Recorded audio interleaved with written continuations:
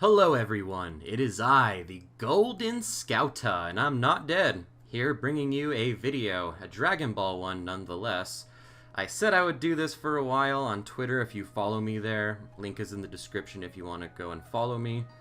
But let's just dive right into this video. So, I felt like it was the right time to make this just because the Granola arc recently finished, and let's see what you guys think of my opinions on all of Dragon Ball. So, what better place to start than the beginning with the Pilaf saga? So, my whole thing is I think that this is a very solid, self-contained story. A lot of charm to it, really good character building, but nothing incredibly epic or anything like that.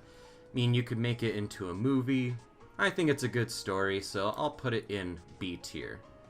So, the next arc, whenever Dragon Ball kind of resembles more of what it's going to actually be like with the tournament. And I really love this one. There are some really strong themes in here, like the eat well, sleep well, and all that. And then just the whole lesson that Roshi is trying to instill in Goku and Krillin. So, or Kudrin, if you like to pronounce his name like that. I know some of you might give me a hard time either way, so whatever, I'll say both. So, I will say that this is just peak Dragon Ball. No way around it. I can't really say too much negative things about it, except for maybe just a couple rounds are just kind of eh. That's about it. But other than that, I love that arc. So, Red Ribbon. You know, if I was judging the manga, it would be right there. But with the anime, since it kind of drags ass a little bit, it kind of, I don't know. I just don't really like the pacing of the anime. I think that they could have cut it down. It definitely needs the Kai treatment, and just so, based on that, kind of averaging it out, I'll say that overall, it's a good arc, no matter how you consume it. I mean, even if you do choose the more bloated version that is the anime. Okay, so the 22nd tournament. I would honestly say that this is peak as well. I enjoy it just as much as the first one, or at least the 21st Tenkaichi Budokai. So, I mean, I think that this one's just really solid. I probably think the highlight of it, of course, is Goku versus Ten Shinhan, so yeah. But everything else, the semi-final matches and all the tournaments are always a joy to watch, to be honest, so yeah. Okay, so the next one, Piccolo Daimao. This one might be a little bit controversial, but I'm going to put this in mid-tier for me. And the reason why I put it in mid-tier is because I think that it has a very strong opening and a very strong ending. But unfortunately, I kind of think that it kind of drags its feet a little bit in the middle and kind of does a little bit of not so great things, like the whole, like, Goku using that water to power up. Not exactly too much of a payoff. I mean, it would have been nice to actually see real training like how he did in the Red Ribbon Army instead of the Sacred Water just actually being just a straight up power up. So yeah, I think the beginning is really strong with Goku getting just ballistic and just going ballistic over Kudrin's death, or Krillin's death, depending on how you like to say the name. But yeah, I mean, I think that and also the fight. Oh man, Goku versus Piccolo Daimao. Oh yeah, great stuff. But I do think that one arc in the future actually does the Piccolo Daimao thing a little bit better. So, moving on. So at this tournament, peak again. I mean, what can I say? Every single match in this tournament has a purpose.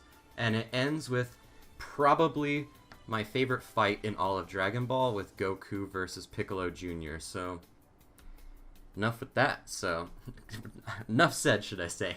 Enough said. Okay, so, the moment you've been waiting for, I guess, if you want to see what my favorite is, but it is the Saiyan arc, or Saiyan arc. Again, depending on how you like to say it. I just think that whenever anime stories reach a certain point, I think that it can be a lot better than a lot of it what came before, because one of the things is you get close to all the characters that you've met through all these arcs, and they really struggle against the Saiyans. So, and this is actually the point of the series where I feel like a lot of like the destructive feats matter. Like after Vegeta says like, "Oh, I'm gonna blow up the planet," I kind of feel like that after that, I don't exactly know how impactful you can actually make certain like destructive feats, because once you can blow up a planet, I mean, what else can you really do besides just like, "Oh, blow up bigger thing. Oh, I blow up bigger thing." So, yeah, that's about it. Okay, so the Frieza arc. You know, if it was the anime, I'd put it right here just because it's kind of a slog, but because I think Two Mediums does it a lot better with Kai and the manga, going in peak. I mean, what can I say? Very iconic arc. I love the structure of it. It's just interesting to see everybody kind of maneuver their way around Frieza until they eventually fight him. And yeah, that is like one of the longest fights in shonen or any show, but you know, it's a classic. How can you dislike it? Okay, and then the Cell arc. You know, I kind of feel like that there is a lot of forced hate on this, and I actually used to be one of those people who used to kind of force hate on it. I would probably put it right here if it was maybe a few years ago whenever I was more critical, and it was kind of just in my critical mode of evaluating Dragon Ball. It would be right here in B, but I think that this arc, again, is just so iconic. It has such great moments. I mean, it has such a great payoff at the end with Gohan. I mean, what's not to love? I feel like that whenever a lot of people, even non-Dragon Ball fans, whenever they think of Dragon Ball, this is the arc that comes to mind. So that's why I put it in peak. I enjoy it that much, and I think it's that iconic. Okay, so Majin Buu arc. I'll put it in.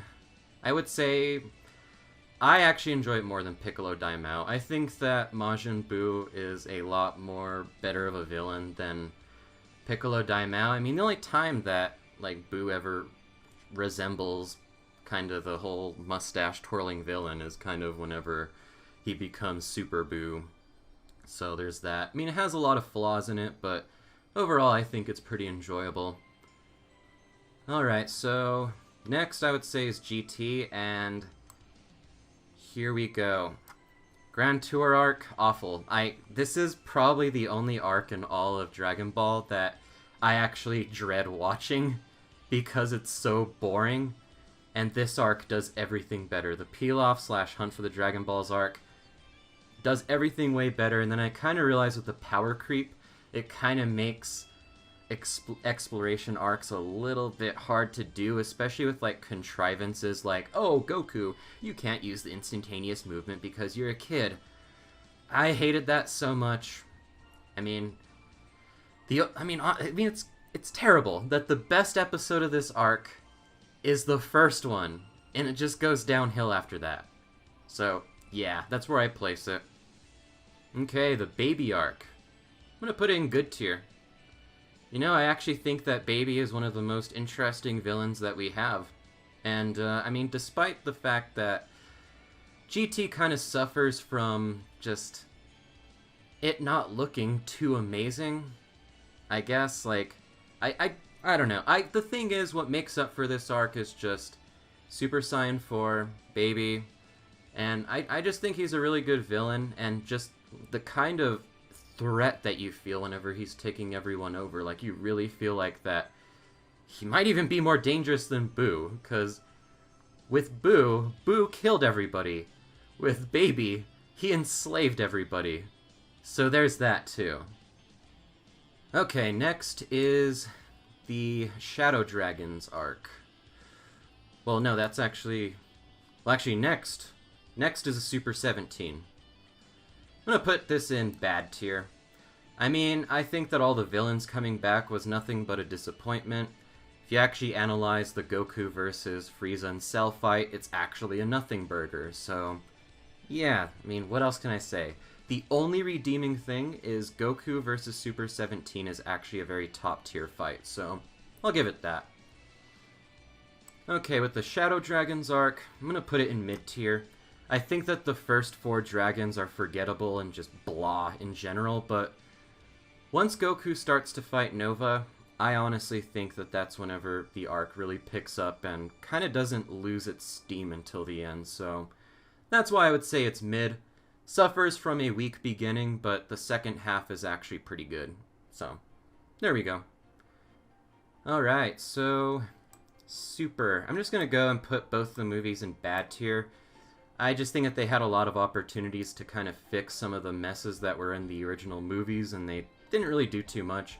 I mean, at least Battle of Gods, like at least the Beerus arc and Super, at least the ending was stronger, and at least with the Golden Frieza or ROF arc, Tagoma was a lot of fun to watch, so they have a couple redeeming things.